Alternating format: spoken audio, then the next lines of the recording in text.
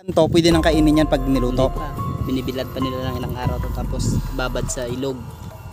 Ay, bababad pa sa ilog to. Lagay sa sako bago babad sa ilog ng ilang araw pa rin. Bago pwede na siyang kainin. Ganito pala yun. Nami. Ipitan ang tawag sa tuloy. Ipitan. Yan, bago tayo makakadaan dito. Bago tayo makakadaan dito, kailangan nating iikot ito. Ay, Slide. slide. Ano to? Sliding. Ganda naman. Sliding pa yan. Dito pala inaano, binibilang ang baka.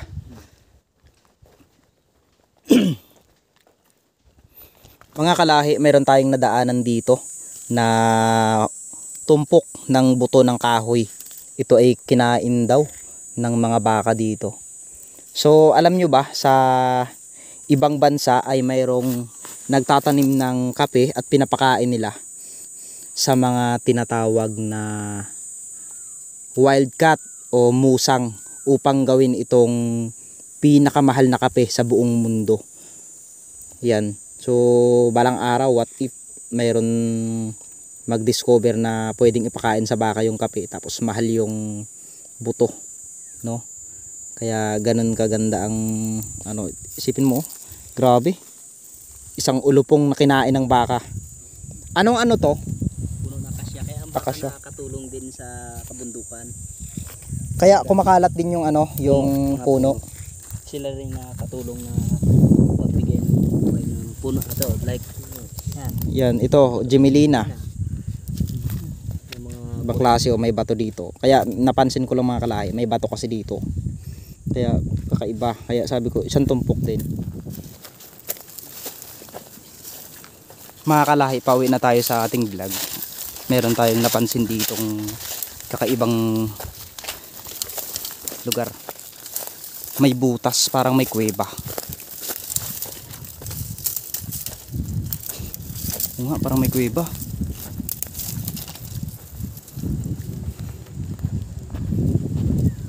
Kadalasan dito sa mga gantong bundok may mga treasure, no?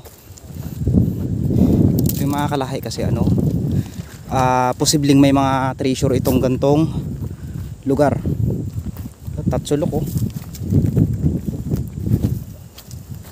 Nilapitan namin ni Herbert at alamin nga itong kakaibang lugar na to. Ay, mayroon siyang baliti.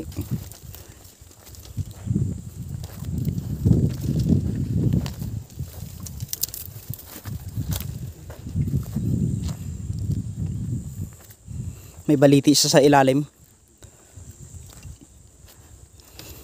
Mga kalahi, comment nga kayo sa mga may alam sa treasure.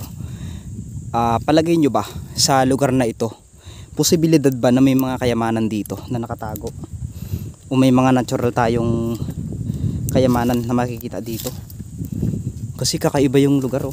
Buhay na buhay yung mga puno sa gilid niya. Tulis. Sa mga ganitong lugar may mga ahas ditong malalaki.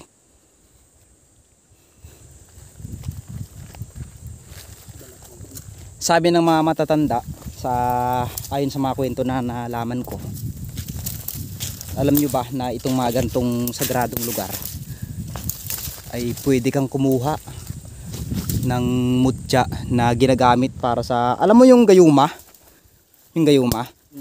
Yan, ito yung ganitong lugar na sabi nila may mga kahoy ka lang daw ditong kukunin, pero yun ay makukuha mo sa Biyernes Santo. Kailangan hindi pa umaangat yung araw, makuha mo na ito. Yun yung mga gantong klaseng gantong klaseng area sa gantong.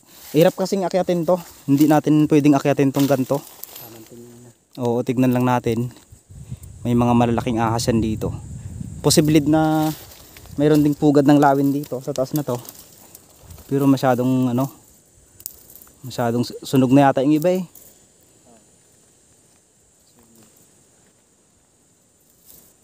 Yan mga kalahi, tara, lakad tayo. Hanap pa tayo ng pwede nating makita dito.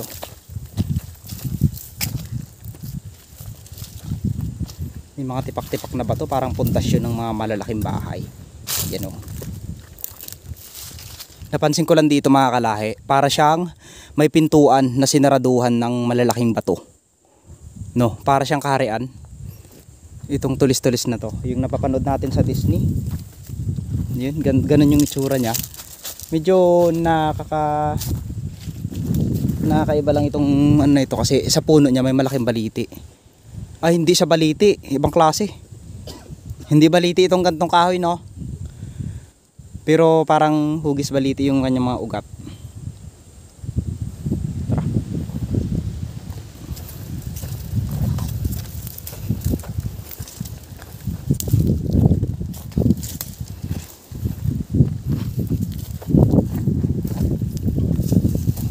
Kadalasan kasi mga kalahi, kapag kami ay pupunta sa mga gantong lugar, talaga naman, ito na naman yung sinasabi ko eh. Pansin mo, pag nagpa-vlog ako lumalakas ang hangin. Yun mga kalahi ang number ang napansin ko. Ano to? Kabayo. Nami. Yan yung nami na kinakain ng mga katutubo. Ay, ito. Ganito muna ang process. Ano ito? Pag ganito, pwede nang kainin yan pag niluto. Hindi pa. Binibilad pa nila ng ilang araw to tapos babad sa ilog. Ay, bababad pa sa ilog to. Lagay sa sako bago babad sa ilog ng ilang araw pa rin. Bago pwede na siyang kainin. Ganito pala yun. Nami.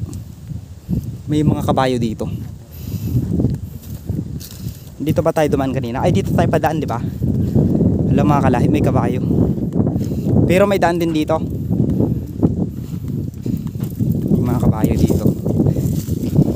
Parang tampayan siya. Ay, kabayong bitaw yata to. Bakit may mga kabayo dito? Makapastuhan to ng ano? Kakaiba yung bato dito mga kalahi oh. Bakit may kabayo? Hindi rin nanghahabol ang kabayo kapag ano no? Hindi katulad ng baka.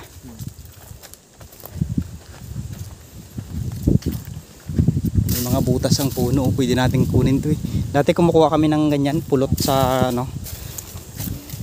Nung elementary, di ba tayo kinakain natin yan?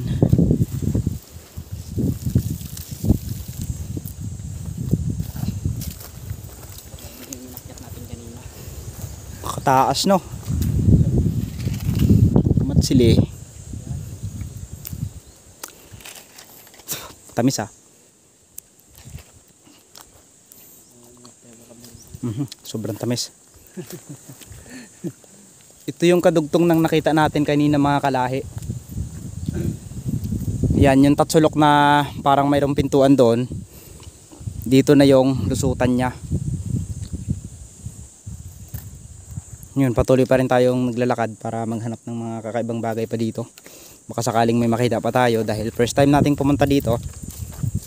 Sulitin natin yung pagkakataon na makita.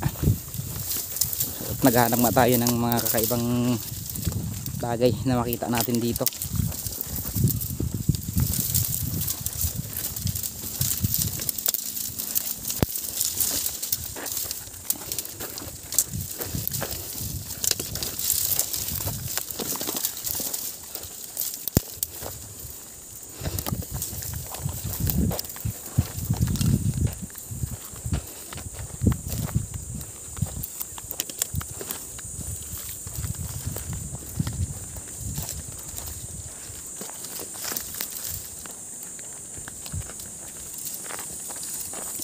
Napansin mo rin ba dito sa atin, simula Batasan hanggang Barangay Manuot, maraming mga klaseng bundok. Tol sa Devil's Mountain, tulis-tulis.